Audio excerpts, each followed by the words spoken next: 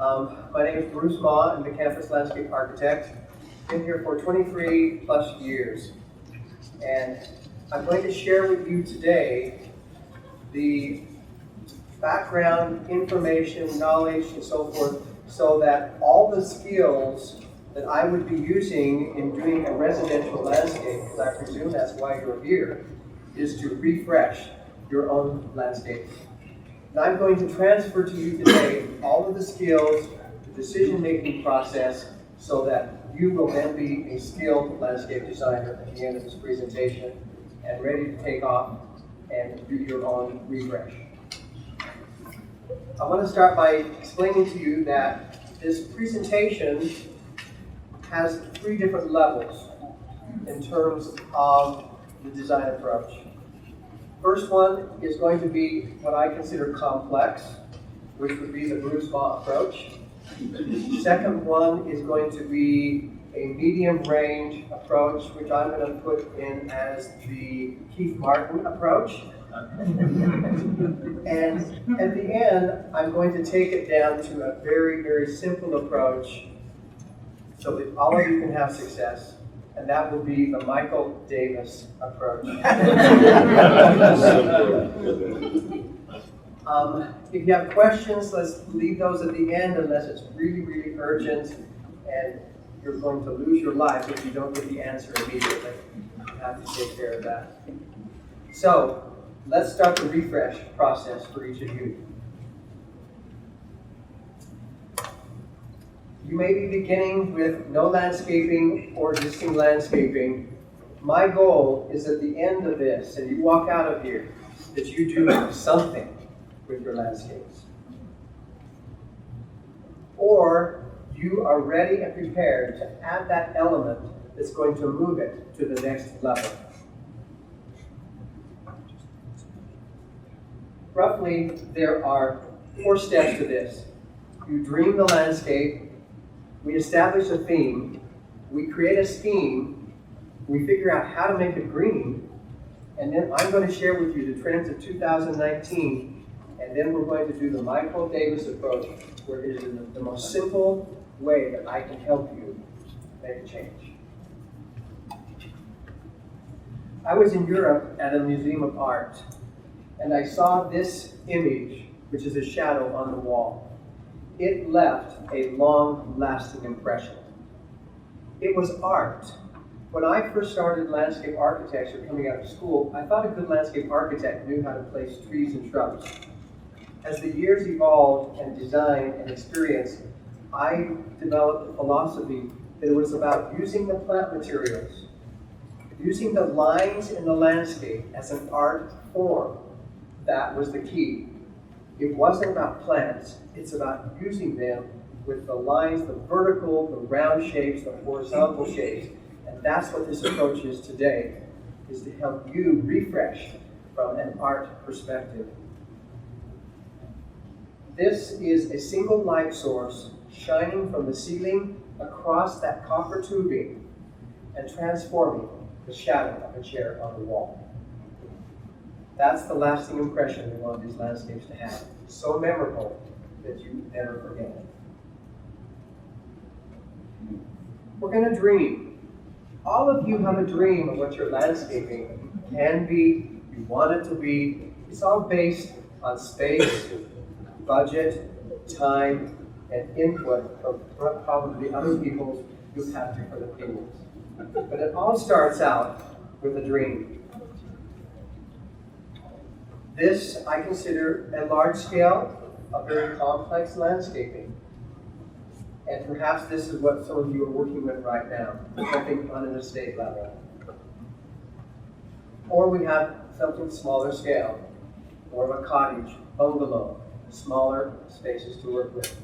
Either way, you are just as important in the design and decision-making process.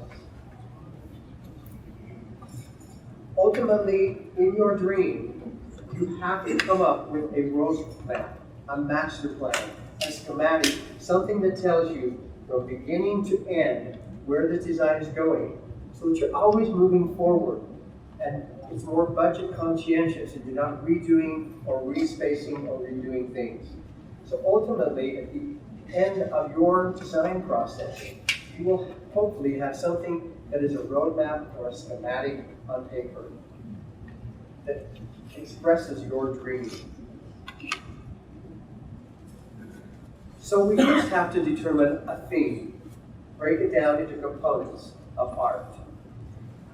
Formal on the right, you see the lines are 90 degrees, 45 degrees, they're linear, it's very symmetrical, mirror image one side or the other. That is kind of the white shirt, black tie approach. Or we can make a decision to go informal, asymmetrical. Nothing matches, it's random, per se. It's unpredictable. It's the blue jeans with the gingham shirt. So you make a conscientious decision based on your lifestyle or your preference. This is an example of a very formal. See the symmetry, the lines are predictable. Very, very classic. This I'm going to consider informal. The two are alike, but you can see how the lines dictate a difference in personality or lifestyle. So you choose between these two. And you can do one in the front and one in the back and mix the two. With that, with the formal, you're staying, like I said, at 90 degrees, 45 degrees as you go through the design. Curvilinear tends to be more informal, more casual, more cottage. This is an example of the formal. See how the lines are 90 degrees, very predictable, edges and so forth. White shirt, black tie. More informal, curved lines, unpredictable, softer. So this is where you make that decision. If you have a very linear space and you want to make it feel larger than it really is, rotate the angle and it will make it feel more spacious. Here we're looking at something that is straight on, fitting within the angles parallel perpendicular to the house or fence line. Here we've rotated it, and I hope you can see the difference between the spatial feeling of what that does in a small space. Again, you're in charge. This is a conscientious decision you make as you go into this plan. As you look at the architecture, then at this point you also make another decision.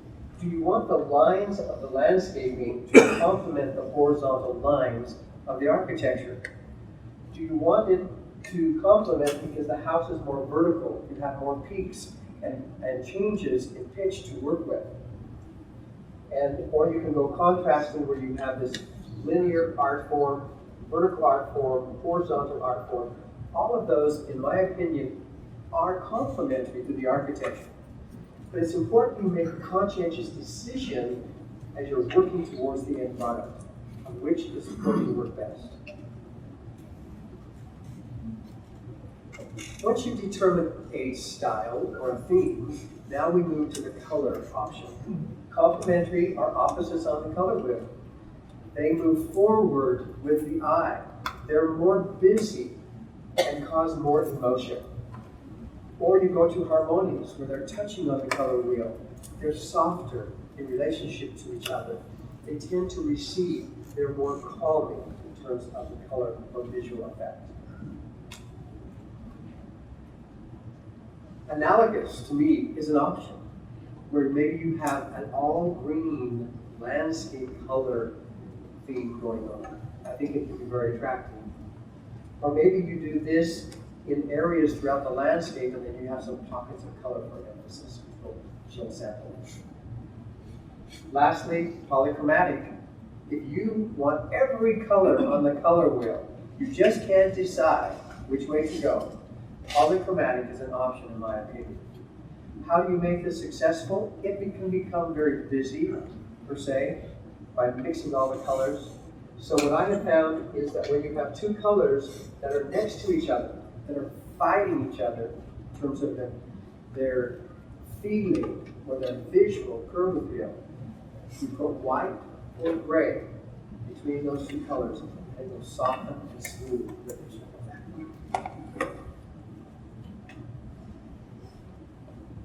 Now we get to the level of scheme.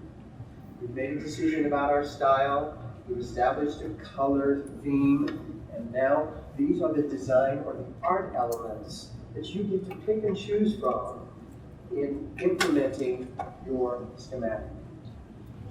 I want to show these just as examples so that you can start to establish things that are attractive to you or of interest to you. This is going to seem like a lot of information. I don't want you to focus necessarily on each on each word and a photograph. I just want you to think about the things, the options you have, and what the design principle is at this level of the lecture. If you want unity, that's accomplished by repetition. Repetition unifies the landscape. Pattern helps unify. Here you see the purple, white, purple, white, purple, white. That continuous pattern of color helps unify and makes it more calming to the eye. Proportion. This slide I put in because it's a bad example of proportion. This little island here, amongst all this mass of large green, is not accomplishing anything in terms of adding value to the visual curve appeal of the landscape. Got a single tree here, 2 shrubs, this curving. So this bed should be much larger to be complementary to the architecture and the overall. Especially when we get driveways out here, they tend to become airstrips because of the large white mass that it is. It tends to take over visually. So you need something in scale, a proportion off here that counterbalances the heavy weight of the visual driveway. Scale again. I put this in. This is a bad example for me because this statue piece right here is about the same scale size as these topiaries, or the mass of these topiaries here. So this being nice in terms of a placemaking element, I think the statue needs to be a third larger, to twice the size larger, so that you have a dominant and subdominant element. I'm going to address this later in the lecture too. Value opposites. So I would have put a much larger scale statue here as a stronger photo. Balance.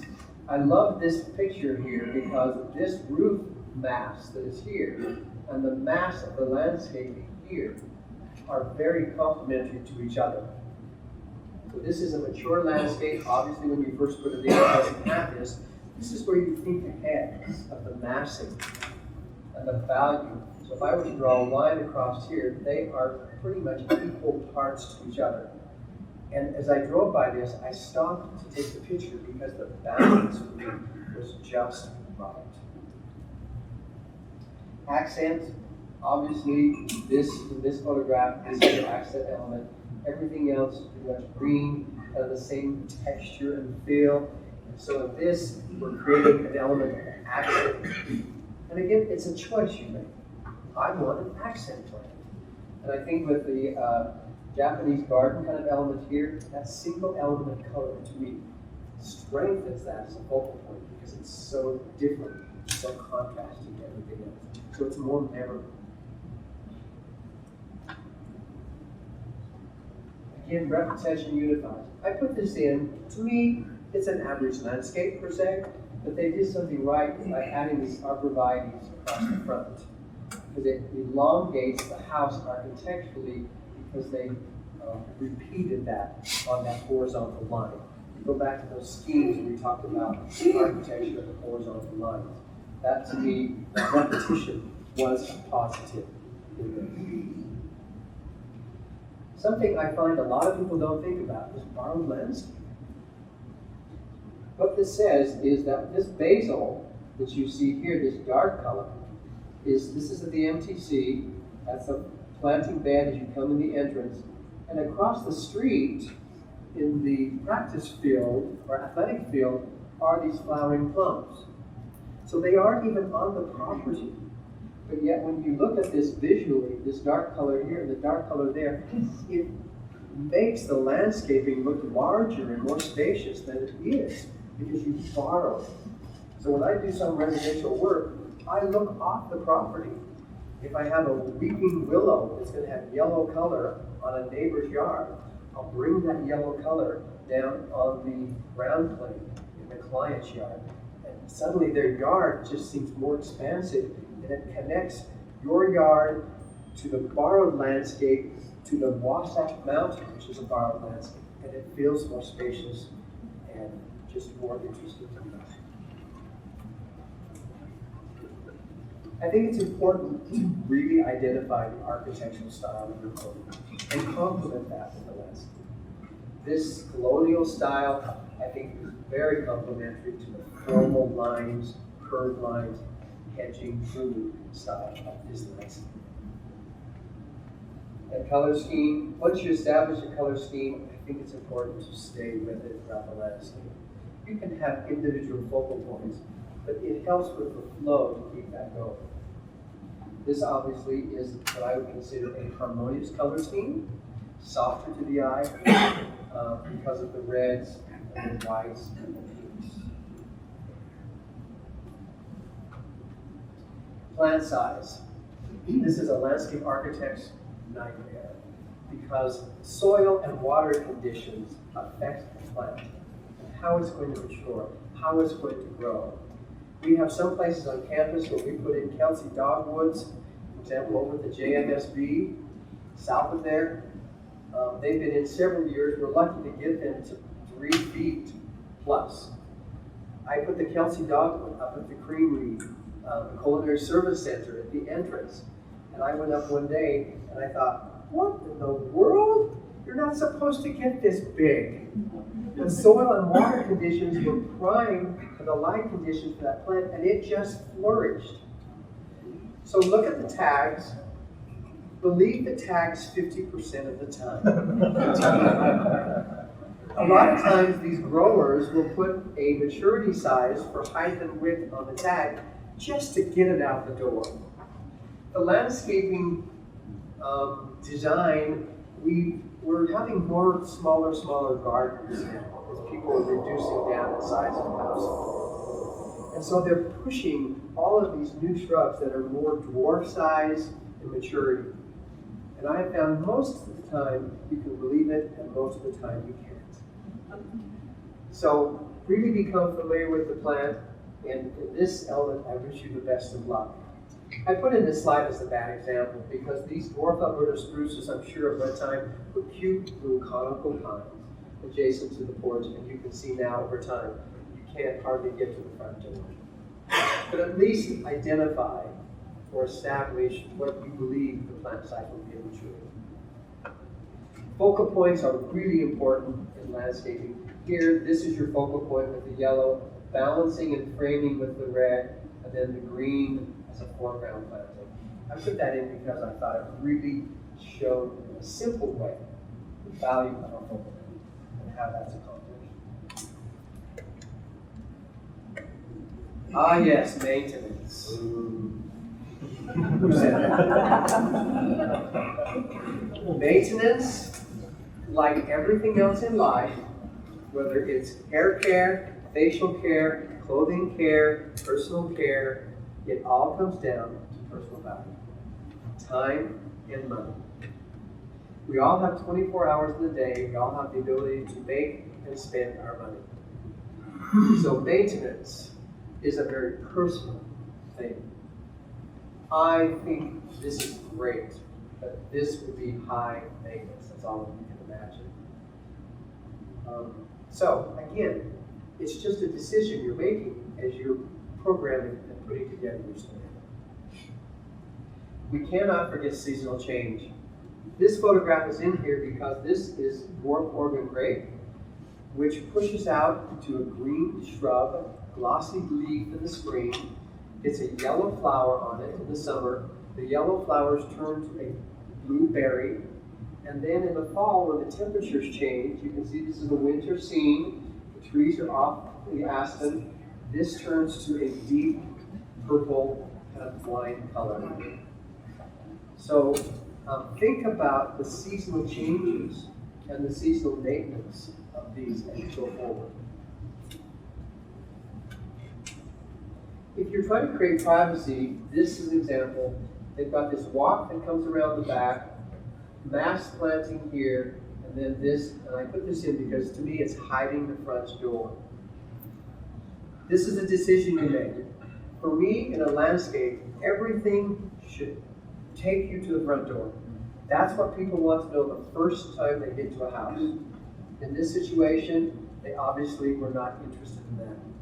And I think this is successful in terms of creating privacy. Curb is yours, front yard is mine.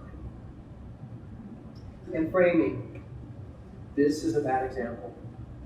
Here are these upright junipers here.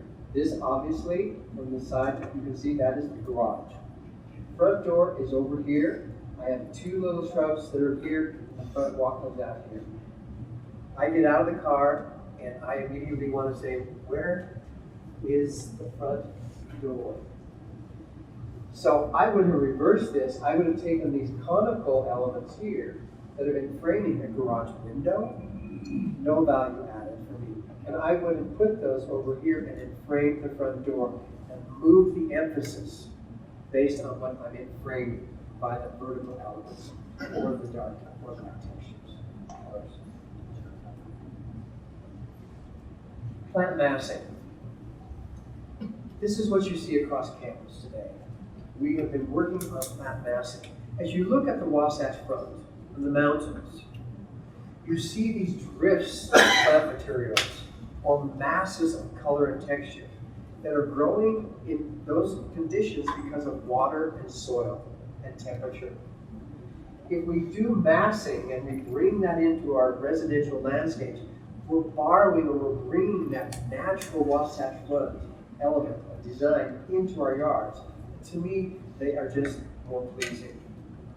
Massing, then you've got this row of shrubs here, this rock here, these two trees here. And so if I were to draw circles around those diagrammatically, you would see the shape or the drifts or the massing.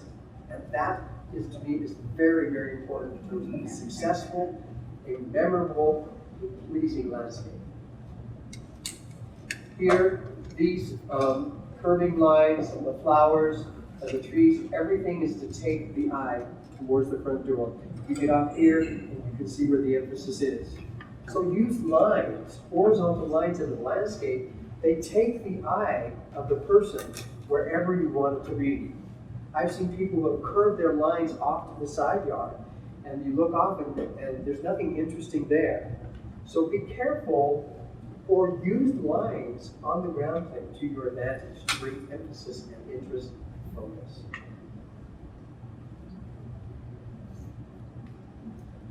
Lifestyle, that's what it's all about. It's taking the lifestyle inside the house and extending it to the outside. And I'm going to show you in a slide here coming up shortly how you do that. But it should reflect, when you get home, you want to be able to walk to your place and say, this is who I am, this is my lifestyle, this is what I love. And if you feel that way, I think you'll be more interested in maintaining and taking care of it. And in the end, it reflects your personality. What I would do would be something different than what Brandon would do, or something different than what Dave would do, because of our personalities. And I think it should reflect your personality.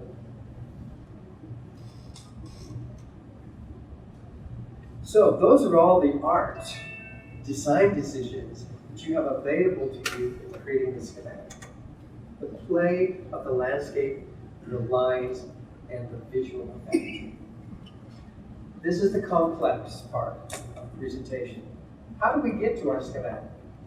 You start by creating a base sheet with a property line and a footprint of the house, driveway, sidewalks, and see what space you have to work with.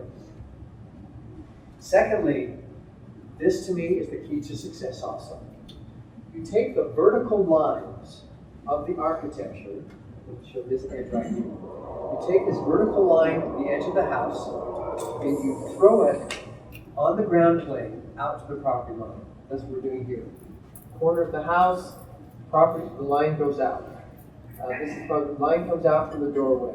This here is a window, the line comes out, and you just start throwing those lines on a base sheet, whatever direction they are going for 45s or curves, and take those vertical lines and extend them out. And then as you can see here, you start to use those to connect. What that does visually is as people look at your landscape and the lines and the masses, it takes their eye and it runs it up to the corner of the house and right up the house. So everything is moving vertically and horizontally. So the eye is always working within the same space. And it makes it feel more spacious, more interesting, and much more calm and more artful. Then you establish the constraints and opportunities. You want to screen a neighbor here. You've got wind coming in here. You've got utilities going there. You've got shadows here. This is where you start to identify the site elements, the constraints and opportunities based on your exact location in the world and what it's going to allow you to do.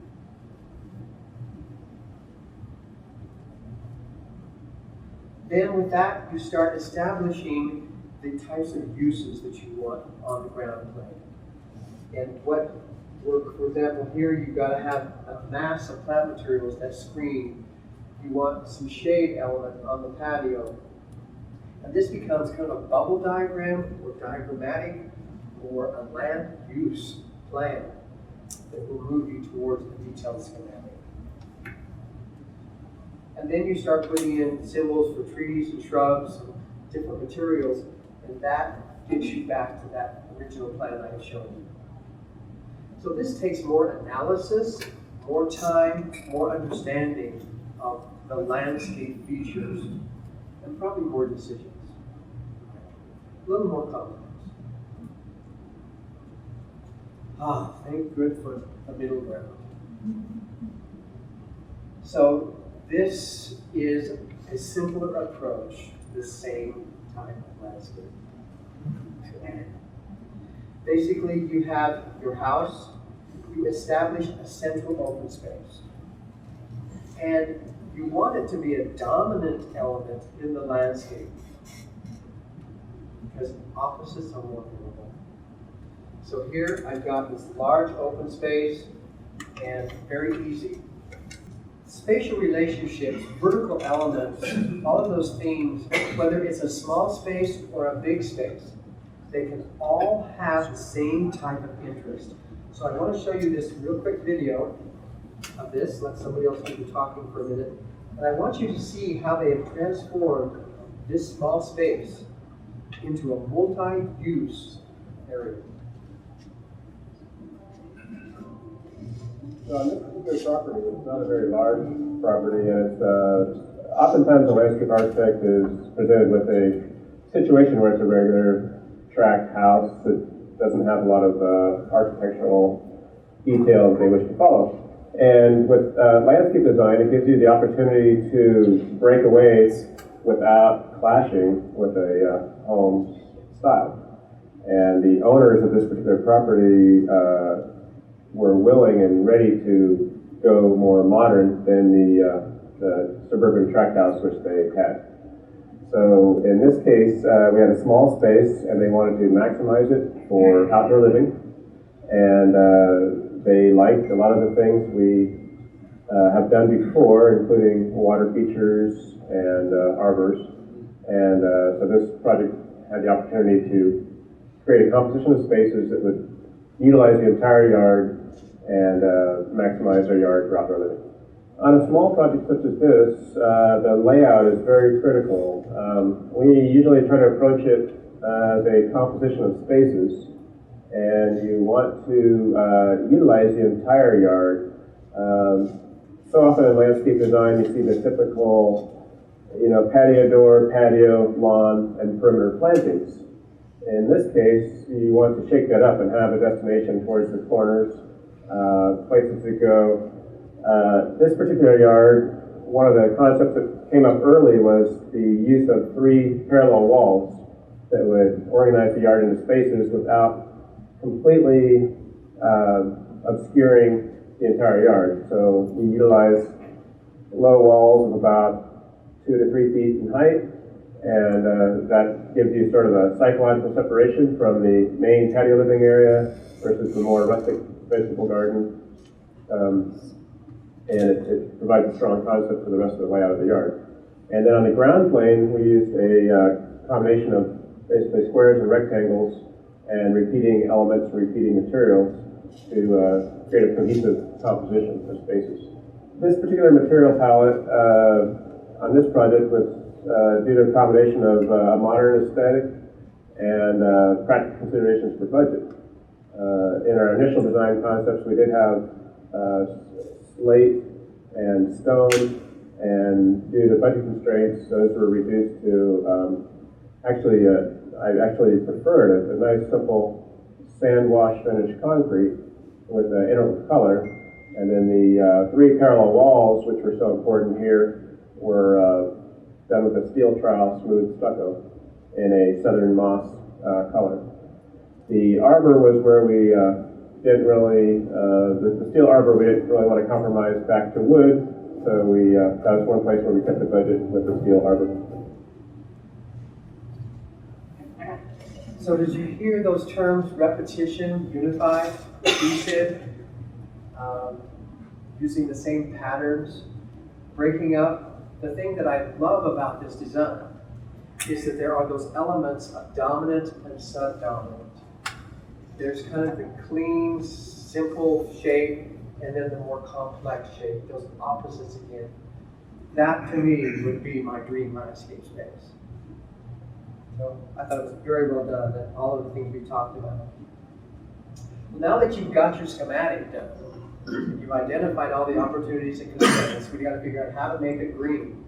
And this starts to break down the type of plant materials. Generally, on a residential landscape, I feel like the planting bed should be 8 to 10 feet in width away from the foundation. Sometimes it's not practical to do that everywhere, but most of the beds should be in order to get this terracing and layering. Plus, I think that horizontal distance out away from the house with some landscaping would be more complementary to the vertical. We're going oftentimes 18 to 25 feet up in the air, and your horizontal plane needs to be complementary to that in terms of depth or width. So this type of approach here, looking at the layering, helps you get to that, so that the whole house works together, and it isn't just a vertical house with a horizontal landscape. I'm going to go through very quickly, in the interest of time. So if you're looking for a sure bet plant palette that accomplishes this background, middle ground, and foreground, decide, depending on if you go complementary or harmonious, depending on if you have full sun or full shade or partial shade, these palettes will help accomplish that. So for any of you who came here with wanting to know specifically about plant materials, what plants to use, I'm going to go through this very quickly. And if you want to come to see me later, I'm more than happy to give you images of these. This we've got background, the forsythia, first thing to bloom in the spring. When it blooms, we put down the preen, which is the pre-emergent. That's the alarm that's going on. Mix it with the middle ground, rosy glow barberry. Foreground is a horizontal plant, coral beauty cotoneaster, white spring flower, red berry, great fall color, orange, reds, and yellows. Here we've got fine line tall hedge, we've got Weigelia. This is a poor pygmy barberry and a blue star juniper. You can see that's a little more of a harmonious color scheme. That's tall, medium, short, and horizontal. And so the form, the shape, the art form of those plant materials are working nicely with each other because they're all a different shape. And you've got fine textured, medium textured, and back to, I'm going to call this a coarse textured plant material. So that mix of textures is really important in terms of making it interesting. Here you've got the yew and copperbush honeysuckle, a boxwood, and a perennial coral bells. Beautiful color scheme. The purple, dark color of this will play off the reds and copper colors in here and tie that all together. And then you've got your two greens, fine texture, medium texture green. Ivory halo dogwood, red twig in the winter, foliage in the summer, Taurus spirea, great little rounded shrub with a beautiful white flower, the aberration barberry. The red here pulling the red out of the stem of the dogwood. This is center glow 9 bark, winter effect, summer effect, nice little soft pink flower. Korean lilac, great fragrance, stays 3 to 4 feet in height. Isn't the big lilac that our grandparents grew. And then the emerald and gold euonymus, pulling off of the yellows and gold colors of the center glow, bringing in it, and you've got the opposites of the yellow and purples, which are moving forward and making a more active visual landscape. American cranberry, red fall color, white flower. This is a low shrub red rose, playing off of the red color, red in the summer here, red in the fall there, and then your variegated Wargelia, tying the whites together, low, medium, and high, coarse texture, medium texture, and a little more fine texture. The yew again, this is heavenly bamboo, fall color, summer color, with the little bunny tail ornamental grass. That's a nice combination, fine texture, medium texture, and coarse texture. If you the hydrangeas are really popular right now in landscapes. There are a number of different hydrangeas that are available. Ours usually stay in the white and pink because we have an alkaline soil. The acidic soils back east will give them the blues. If you want a blue hydrangea, you need to supplement the soil. Golden dream boxwood and some type of yellow spirea, like a limelight spirea, bringing in the yellow colors off of the hydrangea into the boxwood, into the spirea. This gets a little pink flower for 2 or 3 weeks, disappears. Emphasis is on the foliage of this plant material. That's a really nice color scheme. Pampas grass, little devil 9 bark, shorter cultivar of the previous 9 bark. They even have one now that they produced, I saw this year, that is to try and take business away from growers and other growers. So we now have the little devil 9 bark, which was here before. The new one is called Little Angel. And the colors are a little brighter and a little more vibrant. And then the catgut, playing off the purples here and the dark colors. Lastly, this is orange rocket barberry, vertical element, gorgeous color. Gold type forsythia, the reds and the yellows, and then a bugle pine in front of that, bringing in the green. This is golden privet, 8x8 shrub. We use it for screening purposes. It can be pruned into a hedge. This is the fall color, summer color, luminous spirea, and the grollo sumac, which you get the green, little inconspicuous flower, and fall color is a showstopper. Most beautiful fall color on a horizontal plane, as you can imagine. Pink cotoneaster, nice color in the flower, and then your Carl Forster grass, which is real popular, and a Concord barberry, the dark color, bringing out the dark color in the flower, and playing off the golds here, complementing the green in the back. So those are specific plant names and types. All white and all green. Very classic, very formal, very clean, very possible to do. So I thought, if you were doing this type of landscape, what would you do? So I went through and created a palette of plant materials that were nothing but green and white and brought in the soft pink. Flamingo box elder would be your large tree, variegated. You get down to taller in the Chilico euonymus, 10 feet high, 5 feet wide. Bring it down to Carol Mackey, which is a 4x4, great fragrant plant. Bring it down to the Wargelia, which is 2x2. Bring in your ornamental grasses, which is about 8 to 12 inches, down to the Burgundy Flow Bugleweed, or Juga, as it's also called, basically 3 to 4 inches on the ground. You could do an entire white and green landscape from top to bottom very easily with these plant materials. Trends for 2019. So these are the things that people are focused on this year in terms of landscape features. Think in terms of plant massing.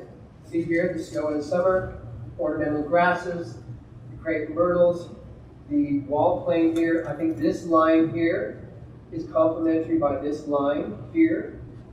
And so this, everyone's thinking more in terms of the plant masses and what they're doing on the ground plane, the juxtapositions. Low maintenance. I thought this was a great example. Here you've got your sidewalk going into the house, your mulch bed. Plants are spaced generously for their maturity size. They'll probably never touch. And then you've got your rock here, your pots in the rock, and your grass, which makes it green. And I thought that was a great way of layering towards the front door and making it very, very simple in terms of cost and maintenance.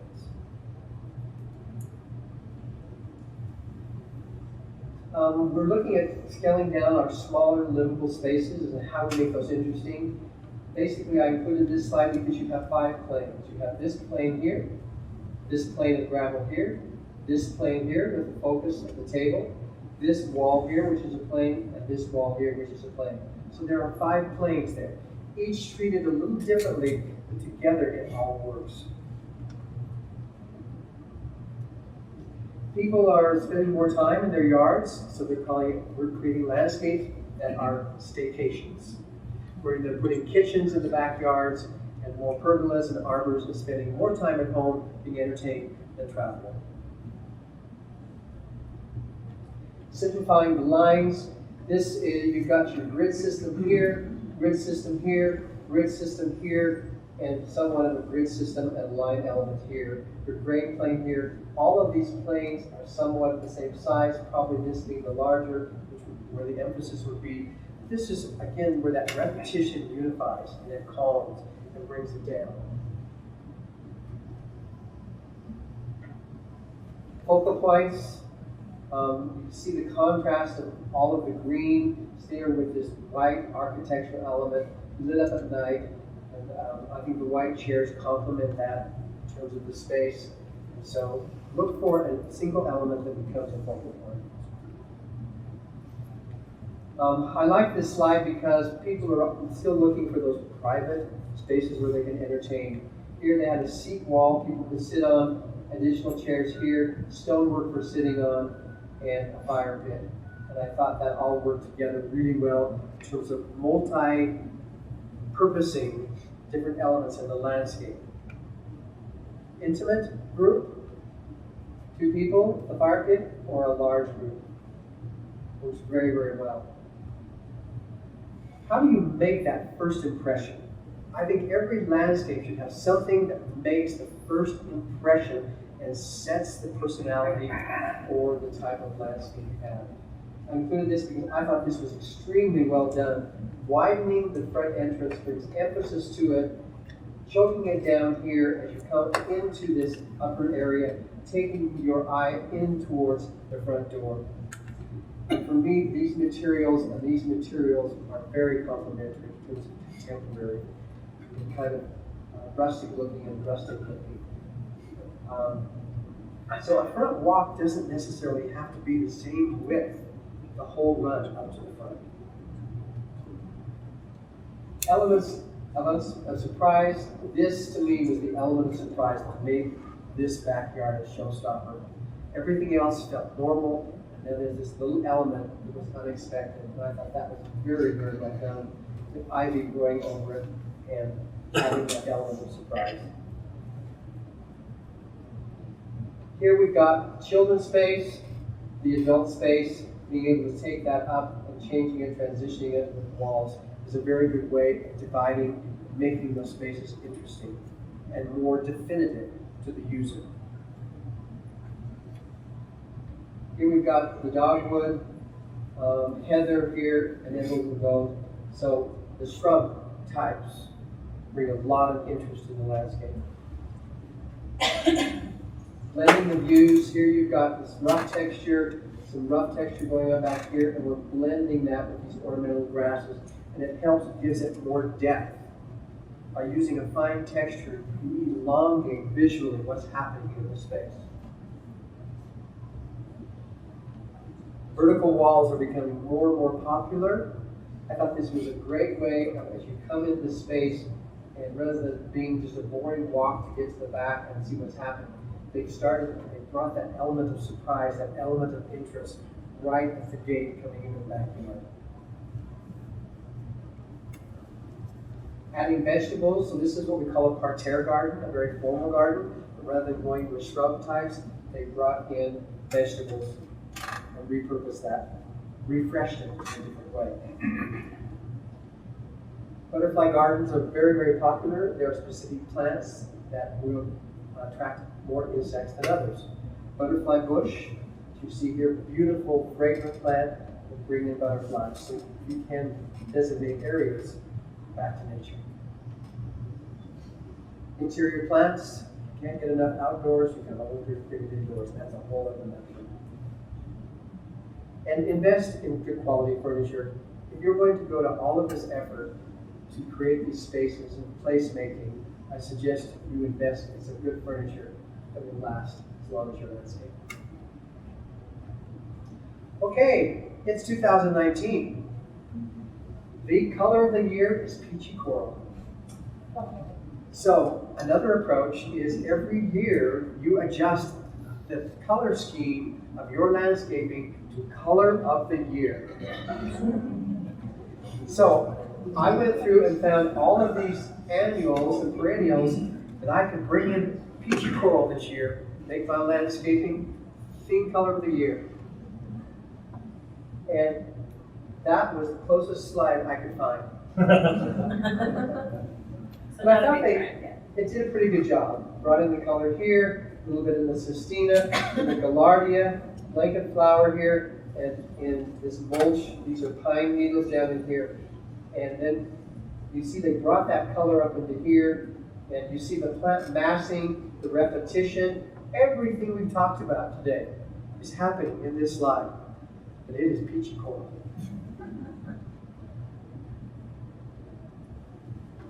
Okay, Michael Davis approach.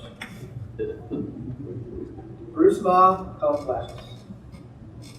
Moderate, Keith Martin, sorry. Michael Davis simple.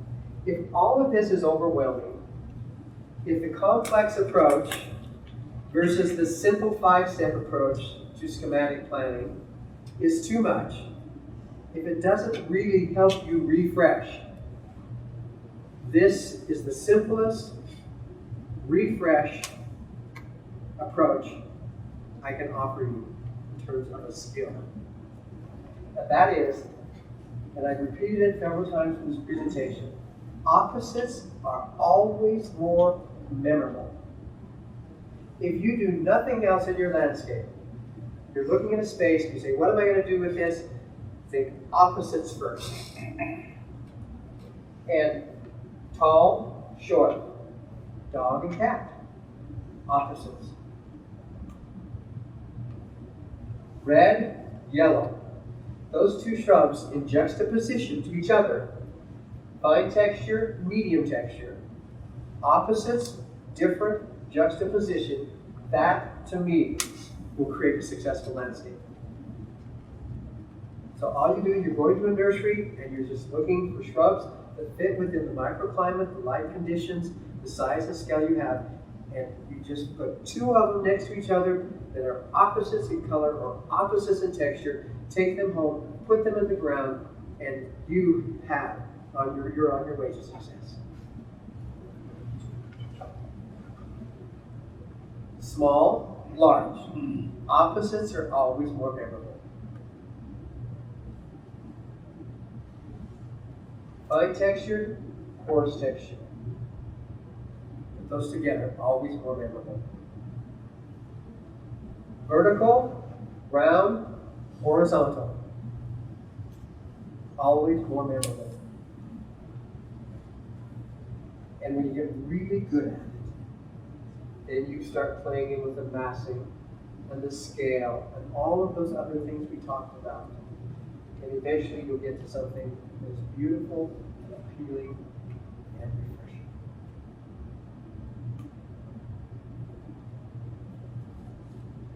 Second to the simplistic approach of opposites is the concept of massing. So if you remember nothing else from this presentation today, remember opposites are more memorable, massing is more pleasing. This was just to show something that was a little more busy, and that is more simplistic. So I'm calling this my massing. Simplest form of texture and color. No massing. It's beautiful, but I don't consider it memorable unless you just love tulips. Remember tulips. So I consider this a bad slide. Good slide. Look at the massing. Look at the lines. Look at how much more memorable it is because of that. No massing. This is shade tolerant plant. Folius. Busy. Pretty, but busy. This to me is more pleasing. Massing the purple, massing the yellow, massing the green. When you get really good at it, then you can start mixing the massing here, the textures and colors and juxtaposition. Those are the two simplest forms to approach a landscape.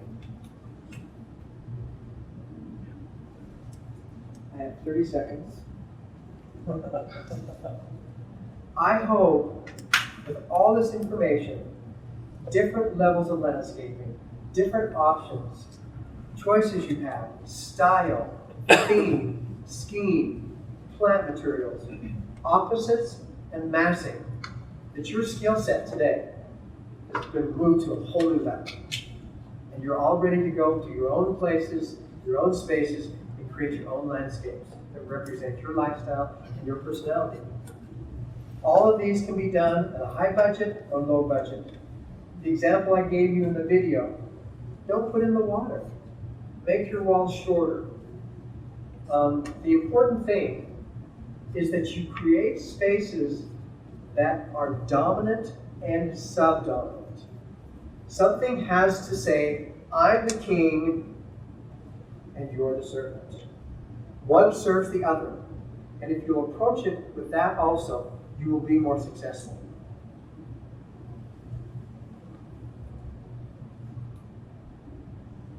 Best of luck, and happy gardening. Thank you.